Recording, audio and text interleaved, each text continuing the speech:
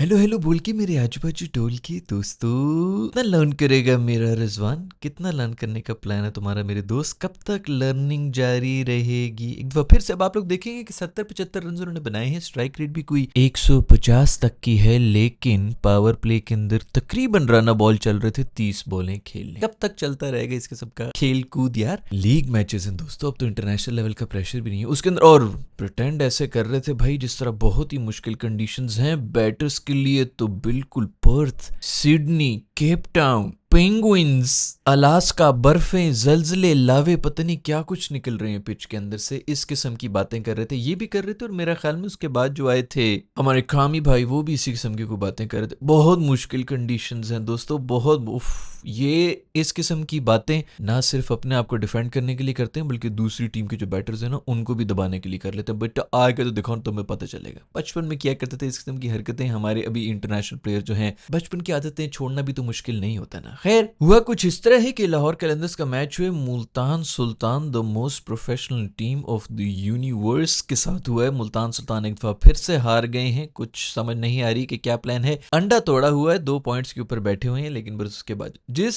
Innings में भी I guess mister Rizwan चलते हैं, उस इनिंग्स में हालात थोड़े खराब हो जाते हैं। बस तकरीबन 25 से 30 रन शॉर्ट रह जाते हैं। खैर, बेचारा मासूम ने एंड में मारने की कोशिश की, लेकिन शुरू से ही मार लिया करो दोस्तों। अब एंकर रोल भी जो है ना, वो एंकर भी आप तब करें ना यार जब कोई सिचुएशन इस तरह की बनी हुई हो। आपके 3 आउट हो गए हो 11 रन के ऊपर, आप कहें चलो यार एक एंड से कोई एंकर कर ले, दूसरे एंड वाला मारना शुरू हो जाए। अभी गेम शुरू नहीं हुई कि एंकर पहले से ही गिरा हुआ है, घीसियां मारनी शुरू हो गई टीम के। बस ऑल आउट नहीं होना, ओ भाई जीतना भी होता है, सिर्फ विकेट नहीं रोकनी होती। इससे पहले कि मैं भूल जाऊं, एक सबसे इंपॉर्टेंट क्वेश्चंस मैं तुम लोगों से पूछना। हमारी T20 आई जो नेशनल साइड है, उसका एक अदद कप्तान है, उसका नाम है आगा सलमान। PSL शुरू होके आधा गुजर चुका है, अभी तक वो नजर नहीं आया है, उसकी टीम में जगह नहीं बन रही। इस्लामाबाद यूनाइटेड में बेंच को गर्म कर रहे हैं अपनी बटक्स के साथ। ये क्या प्लानिंग है हमारी दोस्तों? ये हमारे T20 के कप्तान हैं, अगर आप लोगों को समझ नहीं आ रही तो। नेशनल साइड के कप्तान हैं जिनकी टीम में जगह नहीं बन रही है। पहले आधे से ज्यादा जो भी हमारे मिडिल ऑर्डर के जो बैटर्स हैं जो नीचे आते हैं, वो सब PSL के अंदर टॉप ऑर्डर में आए हैं। हमारे तो बॉलर्स तक जो है वो ऊपर आ रहे हैं। वो लान तान गालियां खाने, 1-2 साल गालियां खाने के बाद जो है अब उनको थोड़ी समझ आ गई है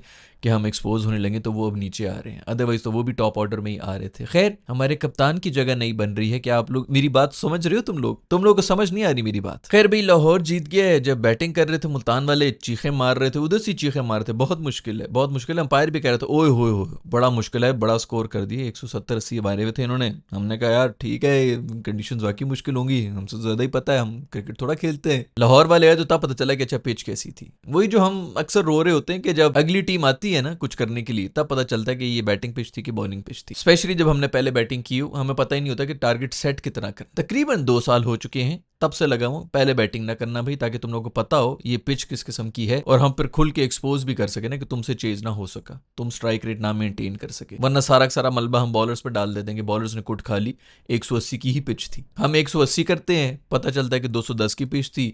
210 करते हैं, पता चलता है कि 350 की पिच थी। खैर, ये मुल्तान सुल्तान का एक और मैच है जिसको वो हारे हैं। विकेटें उन्होंने बचा के रखी हुई थी। विकेटें देखो यार, बात सुनो, तुम लोग जो ना भी जो नई जनरेशन है, उनके पास कुछ आता नहीं और फौरन लगा देते हैं। जो पुरानी जनरेशन है ना, उन्होंने यही सीखा हुआ है कि यार कुछ ना कुछ सेविंग होनी चाहिए, आपके अकाउंट के अंदर होनी चाहिए। ये बुरे वक्त पे काम आएंगी। जो जो विकेटें मुल्तान सुल्तान इस सीजन में बचा रहा है ना, ये अगले सीजन में देखना इनके कितने काम आएगी। अभी तो सब हंस रहे हैं। ये विजडम, ये जो है ना, ये बड़े मतलब ये थोड़ा टाइम लगता है इस किस्म के विजडम को सीखने, बल्कि ये सीखा भी नहीं जाता, ये मिल जाता है दोस्तों। खैर, 70 रन मार के रिजी भाई आपने जो बेहतरीन किस्म का वो जो रन बनाया ना, उसका प्रिंट आउट लें, उसको फ्रेम करें, बड़ा बड़ा अपने ड्राइंग रूम में लगा दें। एक और इनिंग्स उसी तरह की, जिसके बाद पता चला कि यहाँ पर इतनी बॉलों के ऊपर स्ट्राइक रेट 200 की होनी चाहिए थी, जहां पर 160 की हमारी। फुल ओवर्स खेलने की पूरी कोशिश है कि बस एक दफा 20 ओवर हो जाए, बस स्कोर बन जाएगा। 20 ओवर खड़े रहना है बस, हमारे स्ट्रेटेजी ये होनी चाहिए। खैर, आपस की बात है दोस्तों, इन मासूमों की इतनी ही लिमिट है।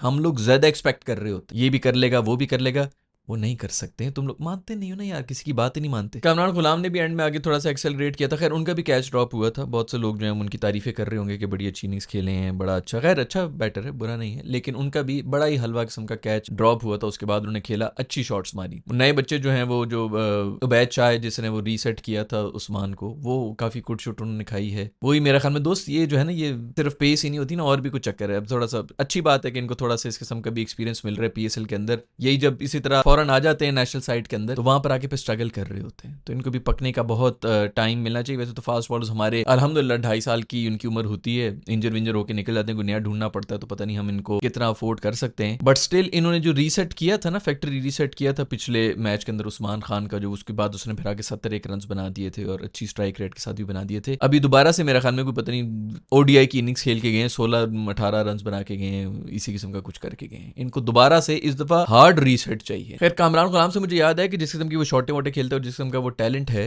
इनके साथ भी हमने यही किया था कि ये टॉप ऑर्डर में 1 डाउन 2 डाउन आ रहे थे, फिर उनको नीचे कर दिया गया जब बाबर वगैरह टीम के अंदर वापस आए, फिर उनको ये कह के बाहर निकाल दिया कि फील्डिंग अच्छी नहीं। इसके ऊपर मैं पूरी एक वीडियो बनाई हुई है जिसके अंदर मैंने पूरा एक फॉर्मेट बताया हुआ कि किस तरह जो है वो सीनियर लोग ये चीज़ जो है वो कोचेज वगैरह के दिमाग में डाल देते हैं। जब भी उनको लगता है कि मेरी कोई रिप्लेसमेंट आ गई, तो वहां पर जाके ना उनको कुछ सिखाने की कोशिश में लग जाते हैं कि इसकी सर देखिए ये वीकनेस है और मैं उसके ऊपर काम करूंगा, बेफिक्र रहें। कोच भी कहता है अच्छा हाँ हाँ हाँ हाँ इसमें ये वीकनेस है बाकी, और फिर उसके बाद नेट में भी दिखा रहे हैं देखे ना, ये एक्सपोज हो जाएगी इंटरनेशनल लेवल के ऊपर तो ये बड़ा फंस जाएगा। फिर उसके बाद उसको बार बार उसी की 3-4 दिन में उनको पता है कि ये वीकनेसेस ऐसे तो जाती नहीं, क्योंकि सिस्टम में होती हैं। 25-25 साल आपकी गेम बनी हुई होती, पूरा स्टांस बन गया, तो सब ऐसे थोड़ी फॉरन चेंज हो जाता है। बस कोच को ये बताना होता है कि मैं इसके ऊपर काम कर रहा हूँ, इसकी वीकनेस इसके ऊपर काम कर रहा हूँ।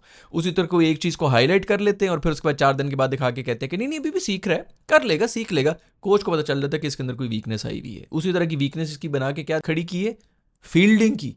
पाकिस्तानी टीम के अंदर किसी को इसलिए ड्रॉप किया जा रहा है कि उसकी फील्डिंग अच्छी नहीं है। भाई उसके अंगूठे नहीं है, ऐसी क्या उसने फील्डिंग के अंदर ब्लंडर कर दिए। वो टीम जो मानी जाती है गंदी फील्डिंग की वजह से, फील्डिंग भी गंदी, बैटिंग भी कोई काम की नहीं, कोई अप्रोच भी नहीं है हमारी, उसके अंदर हमारे फील्डिंग इतने स्टैंडर्ड्स हो गए कि इसको हमने बाहर कर दी है। मैं जानना चाहूंगा हमारी टीम में ऐसे ऐसे बंदे भी रहे हैं जिनको फील्ड में खड़ा किधर करना है ये मसला बना होता था, चलने में प्रॉब्लम होती थी, वो भी हमारे फील्डर्स रहे हैं। और इसको इसलिए हमने बाहर किया हुआ कि फील्डिंग हमारा म्यार इतना ऊपर जा चुका है। जैसे अभी जो इस वक्त खेल रहे हैं वो बड़े बेहतरीन फील्डर्स हैं। तो ये फील्डिंग का कीड़ा कहाँ से आया है, किस तरह दिमाग में डाला गया है, ये सारा वही फार्मूला ना, पहले भी मैं काफ़ी वीडियोस के अंदर इसके बारे में बात कर चुका हूँ कि किस तरह सियासतें की जाती हैं। और ये सिर्फ क्रिकेट में नहीं हो रही, हर वर्क प्लेस में, हर इंडस्ट्री के अंदर यही सब कुछ हो रहा होता है। जितने भी इनसिक्योर सीनियर्स होते हैं वो इसी किस्म की हरकतें करते हैं। सिकंदर रजा ने एक दफ़ा फिर से अच्छी इनिंग्स कर दी है, शुक्र है कि उनको, बल्कि उनको और पीछे करना चाहिए। वो जो भी कर रहे हैं लाहौर कलंदर्स के लिए इस वक्त सिकंदर ही कर रहे हैं, लेकिन उनको उसका ड्यू क्रेडिट मिल नहीं रहा। आसिफ अली को इस दफ़ा ओपनर नहीं भेजा, पिछले मैच के अंदर लाहौर वालों ने उनको ओपनर भेजा तो उनकी टांगे ही नहीं हिलती। बस ज़्यादा मसला नहीं, सिर्फ टांगे शांगे नहीं हिलती। सोहेल तनवीर ने भी पिछले दिनों इसके बारे में यही कहा है कि बस वो तो मासूम के तो फुटवर्क ही नहीं है, उसको टॉप ऑर्डर में क्यों भेज दिए। शायद इसीलिए उसको भेज दी क्योंकि फुटवर्क वाले भी जो हैं वो भी स्लिप्स में ही कैच हो रहे होते हैं, तो बगैर फुटवर्क के शायद जो है कोई चौके शौके मार लें, इसलिए उनको ऊपर भेजा था। आज उनको ओपन के लिए नहीं भेजा। शाहीन भाई ने वैसे अच्छी अच्छी बॉलिंग कराई थी पहले 2-3 ओवर के अंदर में, हमें 3 ओवर के अंदर कोई इकॉनमी वगैरह भी रखी हुई थी, विकेट शिकेट तो नहीं ली लेकिन बॉलिंग अच्छी कराई है। रूफी भाई ने एक दफ़ा फिर से रिकॉर्ड मार खाई है। रूफी भाई का बड़ा ही बुरा स्पेल चल रहा है पीएसएल के अंदर, डोमेस्टिक लेवल के अंदर चल रहा है। सेना कंट्रीज के अंदर यार उनका ठीक है, उनकी परफॉर्मेंस वगैरह हो जाती है, लेकिन पाकिस्तानी कंडीशंस के अंदर बेचारे के बहुत ही बुरे हाल हैं यार, और बड़े अरसे से इतने बुरे हालात चल रहे हैं। तो ये भी देखना पड़ेगा कि कौन कौन सी सीरीज के लिए उनको कंसिडर किया जाए इस किस्म की पिचेस के अंदर, जहां वैसे बाय द वे पेस ही काम करती है।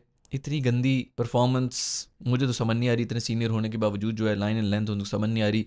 यॉर्कर तो मैंने कभी देखे ही नहीं कि वो यॉर्कर भी मार रहे हों, बस कुट्टे खा रहे हैं और हम सफ़र भी करते हैं। क्योंकि दोस्तों इसके अंदर ना इकॉनमी के ऊपर बात आ रही थी, स्पेशली T20I के अंदर। अभी आपके बहुत से निकल के आ जाएंगे पीएसएल के जो लीडिंग विकेट टेकर की लिस्ट के अंदर, जो पहले 3 के अंदर कौन कौन है, मैं उसके ऊपर भी पूरी वीडियो बना चुका हूँ। यही हम एक्सप्लेन करते रहें कि आखिरी ओवर के अंदर 19th ओवर के अंदर जब सब मारने की कोशिश कर रहे हो कि भाई छक्का लगे वटेवर, 2 विकेटें तब भी हो जाती हैं। गंदी बॉलों के ऊपर भी आउट हो रहे होते हैं, बाउंड्री के ऊपर कैच हो रहे थे, बड़े अच्छे कैच हो जाते हैं, फील्डिंग हो जाती है, टुल्ले हो जाते हैं। कौन से लेवल का बैट्समैन जो है, कौन से नंबर का बैट्समैन आपने टेल आउट की हुई है कि ओपनर आउट किए में, प्रेशर सिचुएशन में किया हुआ, मोमेंटम किसके पास था, क्या आपने मोमेंटम शिफ्ट किया है विकेट लेके, ये कुछ भी पता नहीं चलता। एंड में बात सिर्फ आ जाती है कि किसने ज्यादा विकेटें ली हैं, जो कि पाकिस्तान में पेला भी जाता है और वो पेला भी जाएगा इस टूर्नामेंट के बाद भी जाएगा कि आपके लीडिंग विकेट टेकर्स के अंदर टॉप 3 के अंदर हैं, इसलिए टीम के अंदर इसको हमने डाल दिया है। ये मैटर नहीं करता, इकोनॉमी इसके अंदर देखनी मैटर करती है। जैसे कि T20I के अंदर एवरेज नहीं, स्ट्राइक रेट ज्यादा मैटर करती है। अगर आपकी एवरेज भी ज्यादा है और स्ट्राइक रेट भी ज्यादा है, और उसके अंदर अब एवरेज ज्यादा क्या है वो भी हमें डिसाइड करना पड़ेगा कि ये जो ओडीआई वाले स्टैट्स है ना कि 40 की एवरेज, 50 की एवरेज, ये ओडीआई में ठीक लगते हैं। मेरा ख्याल में 25 की average with strike rate of 170 ये बहुत अच्छा स्टैट होगा T20I के अंदर। खैर दोस्तों ये थी स्टोरीज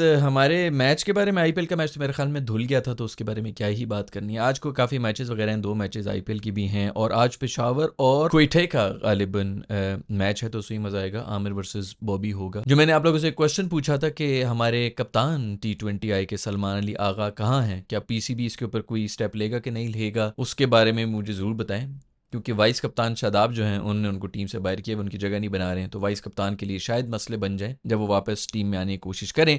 लेकिन आई एम प्रीटी श्योर उनका यही होगा कि मैंने तो बस टेस्टिंग फेस के ऊपर ही मुझे वाइस कप्तान बनाया गया था, वैसे तो मैं कप्तान ही बन के आ रहा था T20I के अंदर, क्योंकि वहां पर भी यंगस्टर्स को बहुत ज़्यादा गाइड कर रहे थे और अभी भी वो कप्तानी की बेस के ऊपर आप देखें उनकी जो बॉडी लैंग्वेज होती है वो सिर्फ कप्तानी के उस पर खेल रहे होते कि मैं गोली खाऊंगा, मैं कप्तानी कर रहा हूँ, मैं खेलने नहीं आया हुआ। इसी तरह वो PSL भी खेल रहे हैं, तो सीट उनकी कप्तान की है। खैर ये है दोस्तों आज की एपिसोड के सारे नगीने। अगर आपके पास भी कुछ है तो नीचे कमेंट्स में लिख के मुझे बता दो। I will see in the next video. Bye.